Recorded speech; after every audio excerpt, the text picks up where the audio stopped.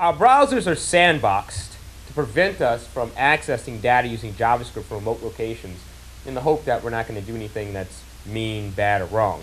So we have to, skirt around those things if you need to access data from someplace other than the main domain that your JavaScript application is served from. So to make this work, I'm using the script tag approach, which allows me to pass to this CFC a function or whatever attribute we call callback. This callback here wraps my JSON data in a function call, and Sencha will automatically create a JavaScript function that will get called when this script is pulled in that will invoke the function with this data. So it allows me to make it appear as if I can access this data, even though technically I'm not supposed to be able to. So our script tag skirts the rules. Otherwise, we could just use a regular AJAX call using XML, HTTP requests, or something like. But that only works if your JavaScript app is accessing data within the same domain. Is that spicy? All right.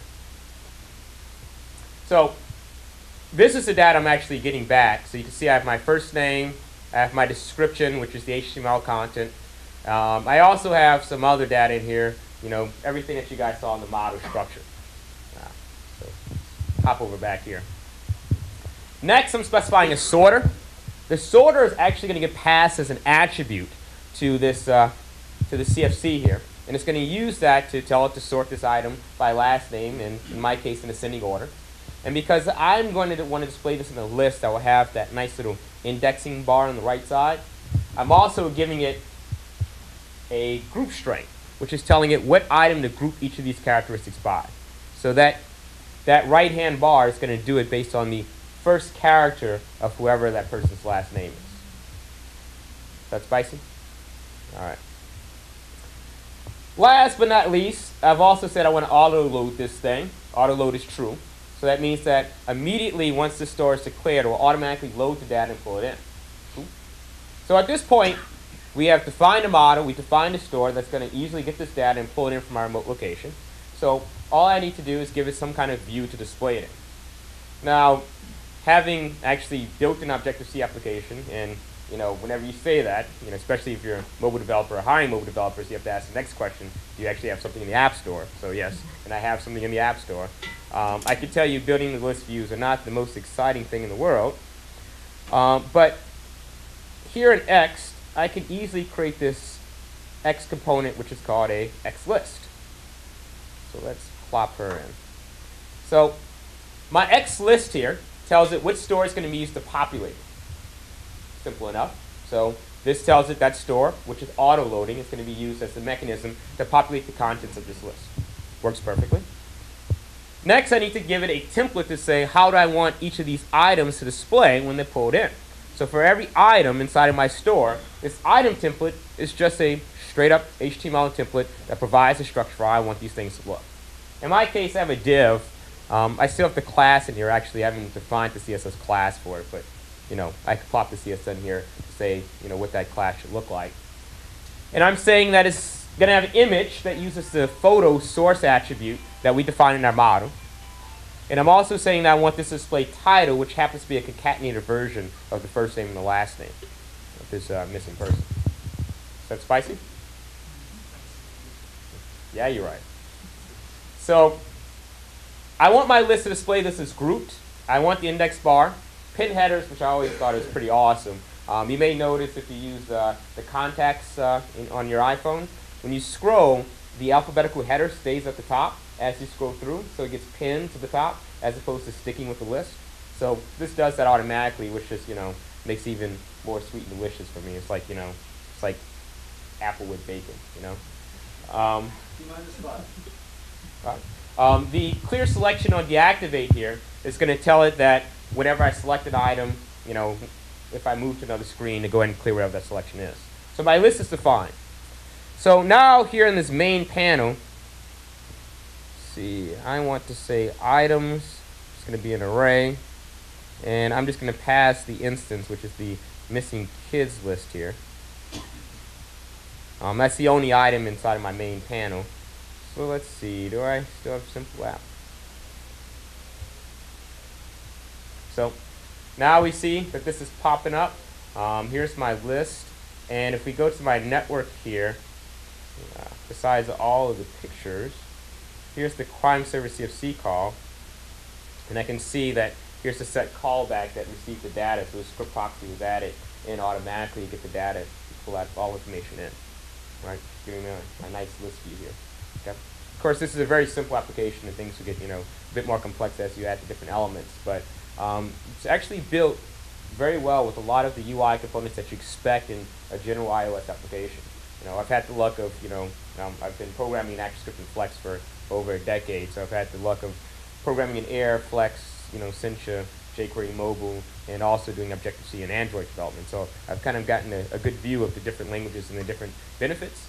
And and I generally feel like between Flex, if you go in the Air route, or this, definitely versus jQuery Mobile, which is a very horrible experience of mine. So I do recommend Sencha as one of the better routes to go, even though there are lots of different options just based on what you're looking for.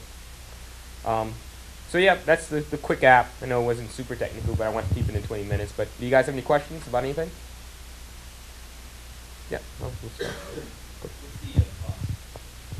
It's open source version of it is free, so it is free to use and develop for. The Sencha Touch does cost a license fee. I think it's like $100. Now, of course, just based like any other open source group, they have all the different support contracts that they will use to try and get some money out of it.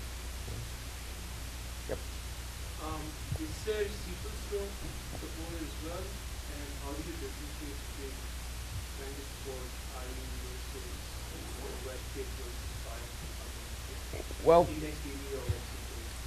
if you're doing XJS, there is IE support. If you're doing Sencha Touch, IE is just an evil, horrible thing that just doesn't work. The reality is that the only two browsers that really that you should care about if you're doing mobile development are Safari and Chrome. And so that's the limit of the true support for it. That's the two browsers that you're going to find that you're using. And if you look at the majority percentages in terms of mobile penetration, those are the only two browsers that really matter.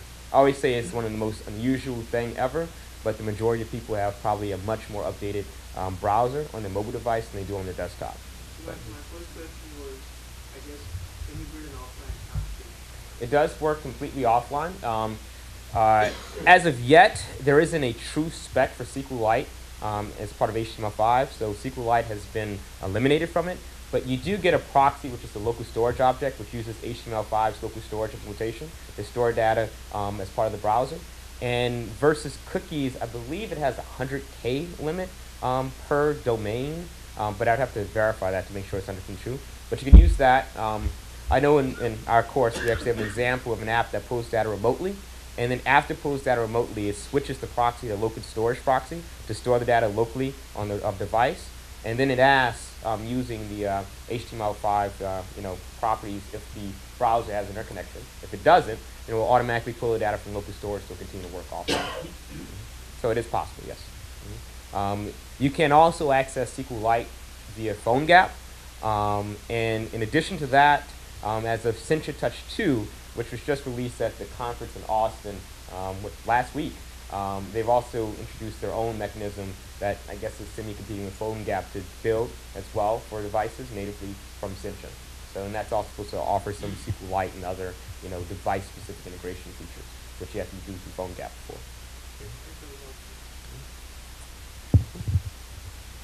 Yep. Do you know if there are any plans to support any other platforms other than Android and iOS? It works on Android. Well, generally their take has been that it's a web-based environment.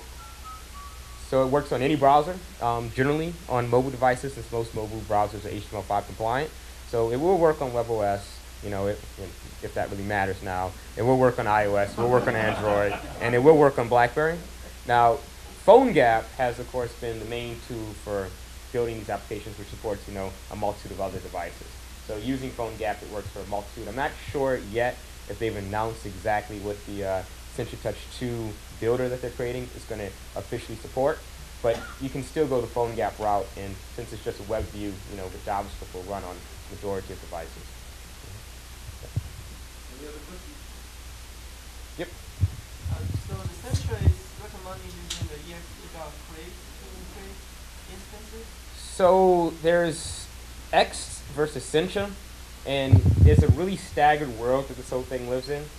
There was X3, and then they came out with Sencha Touch, which was more like X3, but with borrowed with some of the ideas of Sencha X4. And so Sencha Touch 2 tends to be more like X4. So the new thing went away in X, but still exists here in the Sencha Touch world. With Sencha Touch 2, I believe they're going entirely with Create. So it's just kind of a weird separation between the two frameworks. Even though they're similar, they're different enough. So would you need to rewrite your application when Sencha 2 comes out?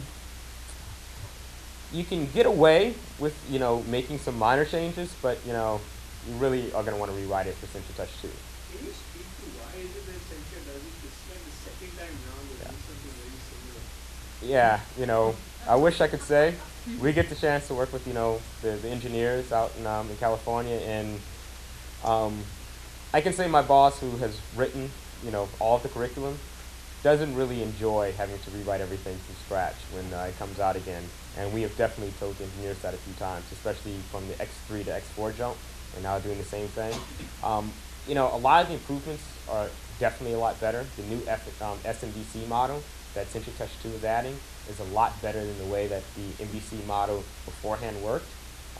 So, there are improvements, but they definitely make enough changes where you really feel like it's electrical based.